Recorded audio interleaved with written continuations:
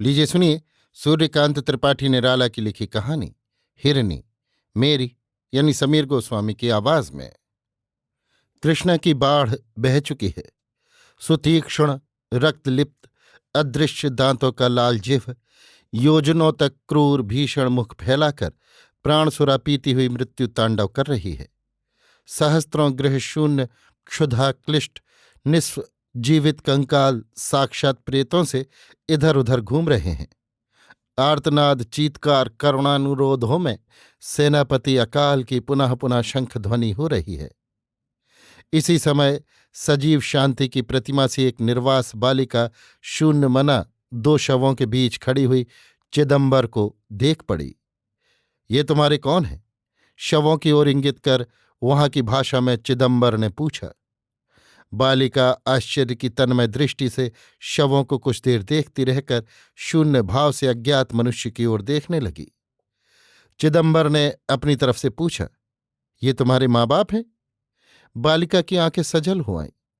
चिदंबर ने सस्नेह कहा, बेटी, हमारे साथ डेरे चलो, तुमको अच्छा अच्छा खाना देंगे। बालिका साथ हो ली। उसकी अंतरात्मा उसे समझा चुकी थी कि उसके माता पिता उस नींद से न जगेंगे। उसे माता पिता को सचेत करने का इतना उद्यम पहले कभी नहीं करना पड़ा। यही उसके प्राणों में उनके सदा अचेत रहने का अटल विश्वास हुआ। पहले चिदंबर ने अच्छी तरह उसे अपना दुपट्टा पहना दिया, फिर उंगली पकड़कर धीरे धीरे डेरे की ओर चला, जो वहां से कुछ ही फासले पर था। अकाल पीड़ितों की समुचित सेवा के लिए मद्रास के पतित पावन संघ के प्रधान निरीक्षक की हैसियत से संघ को साथ लेकर चिदंबर वहां गया था। कुछ दिनों बाद धन संग्रह के लिए चिदंबर को मद्रास जाना पड़ा। शिक्षण पोषण के लिए अनाथ आश्रम में भर्ती कर देने के उद्देश्य से बालिका को भी साथ ले गया। वहां जाने पर मालूम हुआ कि राजा रामनाथ सिंह रामेश्वर जी के दर्शन कर कुछ दिनों से ठहरे हुए हैं। उसे मिलाने के लिए बुलावा भेजा था। चिदंबर के पिता जज के पद से पेंशन लेकर कुछ दिनों तक राजा साहब के यहाँ दीवान रह चुके थे। उन दिनों चिदंबर को पिता के पास युक्त प्रांत में रहकर प्रयाग विश्वविद्यालय में अध्ययन करना पड़ा था। अब उसके पिता नहीं हैं। संवाद पा राजा साहब से मिलने के लिए चिदंबर उनके वासस्थल को गया। बाढ़ की बातचीत में बालिका का प्रसंग भी आया। चिदंबर उसे अनाथ आश्रम में परवरिश के लिए छोड़ रहा है, ये सुनकर कारुण्यवश राजा साहब ने ही उसे अपने साथ सिंहपुर ले जाने के लिए कहा। चिदंबर इनकार करे ऐसा कारण न था। बालिका रानी साहिबा की देख रेख में उन्हीं के साथ उनकी राजधानी गई। 8 साल की लड़की रानी साहिबा की दासियों से स्नेह तथा निरादर प्राप्त करती हुई उन्हीं में रहकर उन्हीं के संस्कारों से ढलती हुई धीरे धीरे परिणत हो चली। वहाँ जो धर्म दासियों का, जो भगवान रानी से सेविकाओं तक के थे, वही उसके भी हो गए। झूठ अपराध लगने पर दासियों की तरह वो भी कसम खाकर कहने लगी, अगर मैंने ऐसा किया हो तो सरकार शीतला भवानी मेरी आंख ले लें। वहां सभी हिंदी बोलती थी, पर जो मधुरता उसके गले में थी वो दूसरे में न थी, जैसे हारमोनियम के तीसरे सप्तक पर बोलती हो। रानी साहिबा उससे प्रसन्न थी, क्योंकि दूसरी दासियों से वो काम करने में तेज और सरल थी। उसका नाम हिरनी रखा था। वो जिस रोज रनवास में आई थी, तब से आज तक उसी तरह अरण्य की दल से छुटी हुई छोटी हरणी सी एकाएक खड़ी होकर सजग दृग पार्श्व स्थिति का ज्ञान सा प्राप्त करने लगती है कि वो कहाँ आई, यहाँ कोई भय तो नहीं। दृष्टि के सूक्ष्मतम तार इस पृथ्वी के परिचय से नहीं, जैसे शून्य आकाश से बंधे हुए हों। जैसे उसे पृथ्वी पर उतार कर विधाता ने एक भूल की हो। उसके इस भाव के दर्शन से हिरनी नाम कवि के शब्द की तरह रानी के कंठ से आप निकल आया था।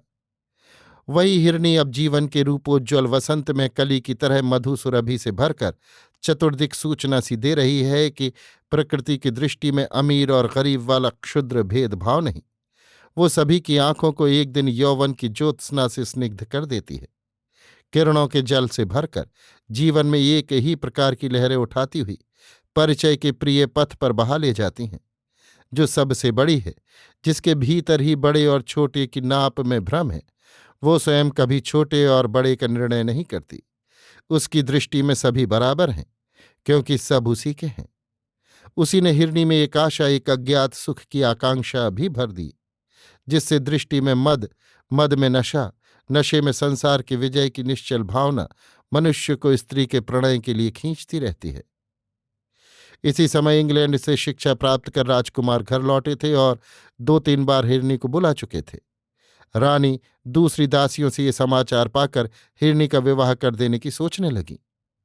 वहीं एक कहार राम गुलाम रहता था, नौजवान था। रानी साहिबा ने उससे पूछवाया कि हिरनी से विवाह करने को वो राजी है या नहीं। वो बड़ा खुश हुआ। उत्तर में अपनी खुशी को दबाकर रानी साहिबा को खुश करने वाले शब्दों में कहा, सरकार की जैसी मर्जी हो, सरकार की हुक्म अदूली मुझसे न होगी।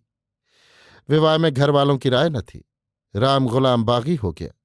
एक दिन उसके साथ हिरनी का विवाह प्रासाद के आंगन में कर दिया गया। हिरनी पति के साथ रहने लगी। साल ही भर में एक लड़की की मां हो गई। 2 साल और पार हो गए। रानी साहिबा का स्नेह हिरनी के कन्या स्नेह के बढ़ने के साथ साथ उस पर से घटने लगा। जिन दासियों की पहले उसके सामने न चलती थी, वे ताक पर थीं कि मौका मिले तो बदला चुका लें। एक दिन रानी साहिबा ताश खेल रही थी। पक्ष और विपक्ष में उन्हीं की दासियां थीं। श्यामा उर्फ स्याही उन्हीं की तरफ थी। मौका अच्छा समझकर बोली, सरकार को हिरनी ने आज फिर धोखा दिया। मैं गई थी, उसकी लड़की को जूड़ी बुखार कहीं कुछ भी नहीं।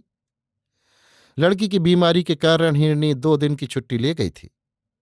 रानी साहिबा पहले ही से नाराज थी। अब धुआं देती हुई लकड़ी को हवा लगी, वो जल उठी। रानी साहिबा ने उसी वक्त स्याही को एक नौकर से पकड़ लाने के लिए कहने को भेज दिया। स्याही पुलकित होकर बूटा सिंह के पास गई। बूटा सिंह से उसकी आशनाई थी। बोली, सरकार कहती है हिरनी का झोंटा पकड़ कर ले आओ, अभी ले आओ, बहुत जल्द। बूटा सिंह जब गया तब हिरनी बालिका के लिए वैद्य की दी एक दवा अपने दूध में घोल रही थी। बूटा सिंह को मतलब समझाने के लिए तो कहा नहीं गया था। उसने झोंटा पकड़कर खींचते हुए कहा, चल, सरकार बुलाती हैं। प्रार्थना की करुण चितवन से बूटा सिंह को देखते हुए हिरनी बोली, कुछ देर के लिए छोड़ दो, मैना को दवा पिला दो। घसीटता हुआ बूटा सिंह बोला, लौटकर दवा पिला चाहे जहर, सरकार ने इसी वक्त बुलाया है। स्याही साथ लेकर ऊपर गई। हिरनी रानी साहिबा की मुद्रा तथा क्रूर चितवन देखकर कांपने लगी। रानी साहिबा ने हिरनी को पास पकड़ लाने के लिए स्याही से कहा। स्याही ने जोर से खींचा, पर हिरनी का हाथ छूट गया, जिससे वो गिर गई। हाथ मोच खाकर उतर गया। रानी साहिबा क्रोध से कांपने लगी। दूसरी दासियों को पकड़ लाने के लिए भेजा। इच्छा थी कि उसका सर दबाकर स्वयं प्रहार करें। दासियां पकड़कर ले चलीं तो रानी साहिबा को आंसुओं में देखती हुई उसी अनिंद हिंदी में हिरनी क्षमा प्रार्थना करती हुई बोली, सरकार, मेरा कुछ कसूर नहीं है। पर कौन सुनता है। उससे रानी साहिबा की सेवा में कसर रह गई है। जब पास पहुंची, उसको झुकाकर मारने के लिए रानी साहिबा ने घूंसा बांधा। हिरनी के मुख से निकला, हे राम जी। रानी साहिबा की नाक से खून की धारा बह चली। वो वहीं मूर्छित हो गईं। हिरनी के बाल मुख उसी खून से रंग गए। डॉक्टरों ने आकर कहा, गुस्से से खून सर पर चढ़ गया है। तब से जरा भी गुस्सा करने पर रानी साहिबा को ये बीमारी हो जाती है। अभी आप सुन रहे थे सूर्यकांत त्रिपाठी निराला की लिखी कहानी हिरनी, मेरी यानी समीर गोस्वामी की आवाज में।